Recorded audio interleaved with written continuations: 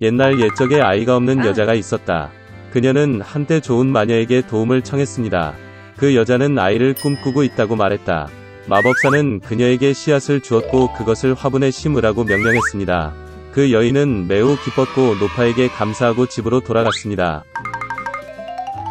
집에서 그녀는 씨앗을 심고 물을 주고 참을성 있게 기다리기 시작했습니다. 곧 튤립처럼 크고 멋진 꽃이 화분에서 자랐습니다.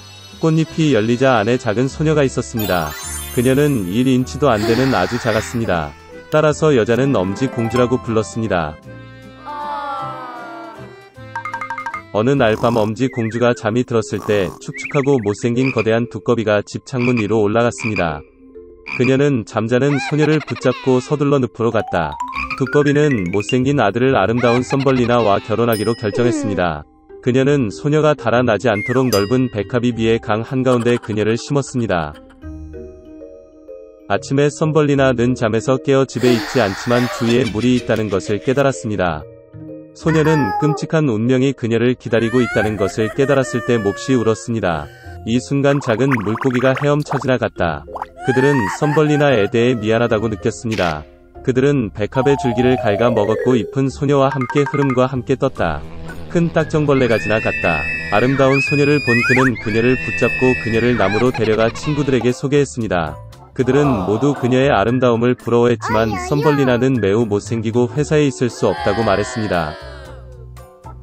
친구들의 압력을 받아 딱정벌레는 그녀가 못생겼다고 결정하고 소녀를 땅에 내려놓고 작별 인사를 했습니다. 여름 내내 썸벌리나는 숲에서 혼자 살았습니다.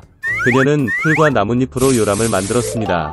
그녀는 꽃가루와 이슬을 먹고 맑은 날씨에 햇볕을 쬐고 큰 우엉이 발에 비를 피해 숨었습니다. 그러나 곧 찬 비와 바람이 몰아쳤다. 썸벌리나는 겨울 복장이 없었고 얼기 시작했습니다. 소녀는 배고픔과 추위에 시달렸습니다. 그리고 어느 날 그녀는 들쥐의 보호를 받았습니다.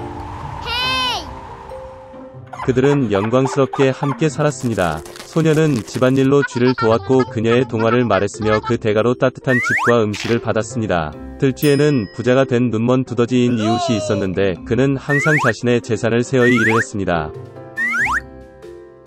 눈이 멀더라도 두더지는 썸벌리나가 매우 귀여워서 그녀와 결혼하겠다고 제안했습니다. 그러나 소녀는 이것에 대해 전혀 행복하지 않았습니다. 그녀는 지루한 두더지를 좋아하지 않았습니다. 한 번은 지하 통로를 걷다가 추위로 거의 죽을 뻔한 상처 입은 제비를 보았다. 겨울 내내 그녀는 아픈 새를 돌보았고 봄에는 그것을 고쳤습니다. 결혼식 전에 썸벌리나는 마침내 태양에 감탄하기 위해 위층으로 올라가게 해달라고 마우스에게 요청했습니다. 그녀가 쥐 구멍에서 나왔을 때 그녀는 제비를 보고 치료했습니다. 썸벌리나는 새에게 그녀가 더러운 두더지와 결혼하고 깊은 지하에서 그와 함께 살도록 강요당하고 있다고 불평했습니다. 제비는 소녀에게 따뜻한 땅으로 날아가도록 초대했고 그녀는 동의했습니다. 그녀는 재빨리 쥐에게 작별 인사를 하고 제비 위로 올라갔고 그들은 날아갔습니다. 멋진 나라에 도착한 썸벌리나는 아름다운 꽃이 가득한 거대한 초원을 보았습니다. 그녀는 자신이 살기에 가장 아름다운 꽃을 선택했습니다. 갑자기 그녀는 꽃에서 날개 마니는 그녀와 같은 작은 남자를 보았다. 엘프의 왕이었습니다. 그리고 엘프는 모든 꽃에 살았습니다. 아름다운 엘프는 자신만큼 작고 아름다운 소녀를 본 적이 없습니다. 그는 즉시 썸벌리나와 사랑에 빠졌고 그녀를 그의 아내, 즉 엘프의 여왕이자 꽃의 여왕이 되도록 초대했습니다. 그녀의 모든 모험 끝에 소녀는 매력적인 왕자의 제안을 듣고 기뻤습니다. 그녀는 행복하게 동의했습니다. 엘프는 엄지 공주를 손으로 잡았고 동시에 두 개의 날개가 그녀 뒤에 나타났습니다. 이제 그녀는 엘프의 여왕이 되었습니다. 그 이후로 그들은 행복하게 살았습니다. 옛날 옛적에 세 딸을 둔 부유한 상인이 있었습니다.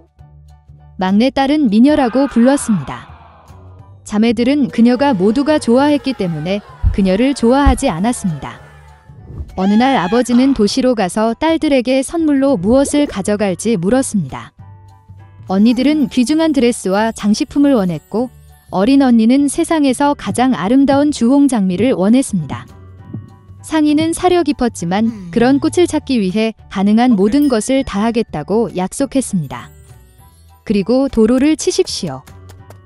아버지는 장녀들을 위한 선물을 빨리 찾았지만 막내에게는 선물을 찾을 수 없었습니다.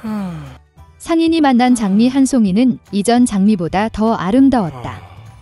그가 어디를 보든 그리고 길은 그를 울창한 숲으로 이끌었습니다. 그곳은 매우 어둡고 추웠습니다. 갑자기 멀리서 불빛이 나타났다. 다가가자 상인은 금과 다이아몬드로 된 거대한 고대성을 보았습니다. 문으로 들어가 보석이 가득한 홀에 들어갔다. 그는 홀 중앙에 테이블이 있고 그 위에 접시가 없고 모든 접시가 은과 금으로 만들어진 것을 보았습니다. 하지만 성은 비어 있었고 아무도 없었습니다.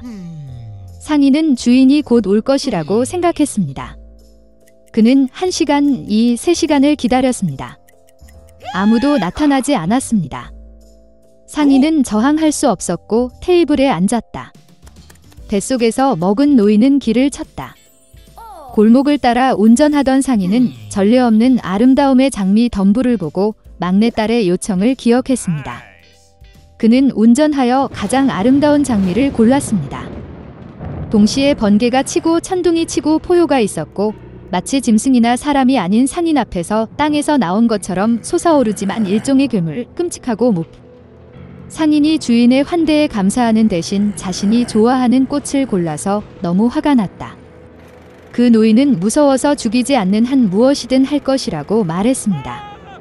그러한 범죄로 인해 야수는 딸 중 하나와 결혼하기로 동의했습니다. 그러나 그녀의 아버지에 대한 사랑에서 스스로 나오기를 원하는 사람. 그리고 아무도 오지 않으면 상인이 죽습니다. 노인은 슬퍼하고 집에 가서 딸들에게 작별 인사를 하기로 결정했습니다. 그는 사나운 짐승을 위해 그들 중 누구도 포기하고 싶지 않았습니다. 나는 말을 타고 집으로 갔다. 아이들을 만난 그는 모든 사람에게 선물을 주고 자신의 모험에 대해 이야기했습니다. 언니들은 어린 딸에게 덤벼들었다고 그들은 말한다. 그것은 그녀의 잘못이라고 말한다. 그녀는 형편없는 꽃을 주문했고 이제 아버지는 그의 목숨을 지불해야 한다. 미녀는 아버지 대신 기꺼이 짐승에게 갈 것이라고 대답했습니다. 그래서 다음날 뷰티가 길을 떠났습니다. 말은 재빨리 성으로 돌아왔습니다.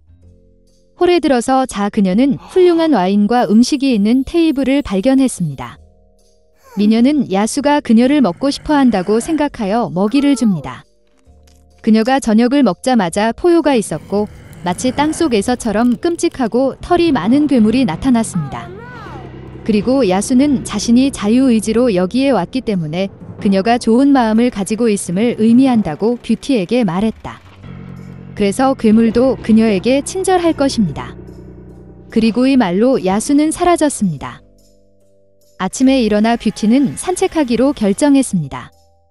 방 중 하나에 들어서 그녀는 테이블의 아름다움이 원하는 것은 무엇이든 할 것이다 라는 비문을 보았다. 소녀는 결국 괴물이 친절하고 아마도 그는 그것을 먹지 않을 것이라고 생각했습니다. 그래서 그들은 오랫동안 살았습니다. 야수는 아름다움을 아주 잘 대했고 그녀의 모든 욕망을 성취했습니다. 어느 날 그 소녀는 아버지가 아프다는 꿈을 꾸었습니다. 그녀는 정말로 그를 방문하고 싶었습니다. 미녀는 눈물을 흘리며 야수에게 그녀를 보내달라고 요청하고 반드시 돌아올 것이라고 약속했습니다. 괴물은 그녀가 자유롭고 원할 때마다 돌아올 수 있다고 대답했다. 다음날 뷰티는 가장 비싼 옷을 입고 아버지에게 갔다. 그는 딸이 안전하고 건전한 모습을 보고 매우 기뻤습니다. 그녀의 자매들은 달려와 그녀가 더욱 아름다워지고 심지어 여왕처럼 옷을 입는 것을 보았다. 일주일 후 뷰티는 비스트가 잔디밭에 누워 죽어가는 꿈을 꾸었습니다. 그녀는 공포의 잠에서 깨어 급히 돌아와 그를 치료하기로 결정했습니다. 소녀 가성에 다가갔을 때 그녀는 풀 위에서 생명이 없는 야수의 시체를 보았다. 그녀의 마음은 동정심에 사로잡혔습니다. 아름다움은 그에게 눈물을 흘리며 그에게 키스했습니다. 그리고 같은 순간에 번개가 치고 천둥이 치며 성 전체가 밝은 빛으로 비춰졌고 음악이 어디서나 연주되었습니다. 괴물이 사라지고 그 자리에 가장 매력적인 왕자가 잔디 위에 누워 있었습니다.